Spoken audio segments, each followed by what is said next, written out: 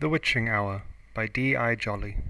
As a child, her favorite thing was rain. If you asked her why, she'd say, "It feels like the world is taking a shower, and when it's over everything is a little better, a little brighter."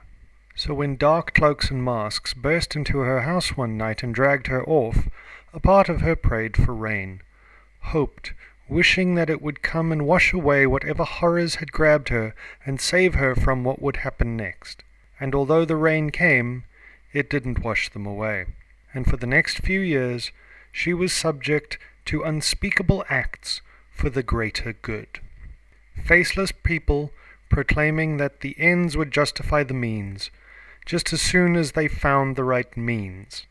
As soon as they could prove themselves right, everything they were doing and would do and had done would become magically justified.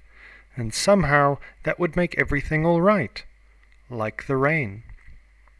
But it never happened, and a tortured little girl became a tortured young woman, and many of the faceless faces started to fear. One by one their fear of her transformed into fear of having to remove their masks and face up to what they had done. So in the middle of the night they would disappear, and in the morning there were less faceless faces, until there was only one left, one solitary mask screaming accusations from the darkness, so blind to reality that it believed everything was somehow her fault, her doing. She had driven them away, made them disappear. And midnight was the key. Midnight was her hour, and it proved everything they'd believed for so long, and finally justified everything they'd done, and justified what would happen next, leaving her strapped to a bed as all the evidence, all the proof, and all of her was set on fire.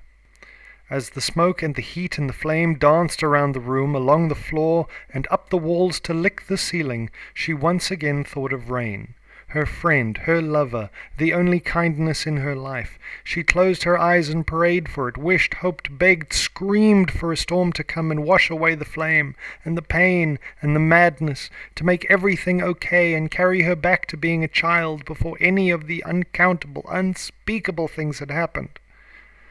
But the rain did not come, even though the distant clock struck for midnight, and when the flames finally flickered out, it took her with them, leaving only the faceless face alone to not stare at what had happened, at what had been happening for years, frantic to tell themselves that no rain was no indication of mistake.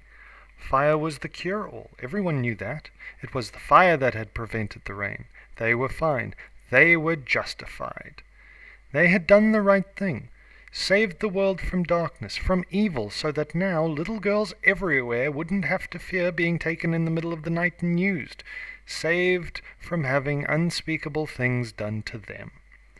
They had been right. They had to be right.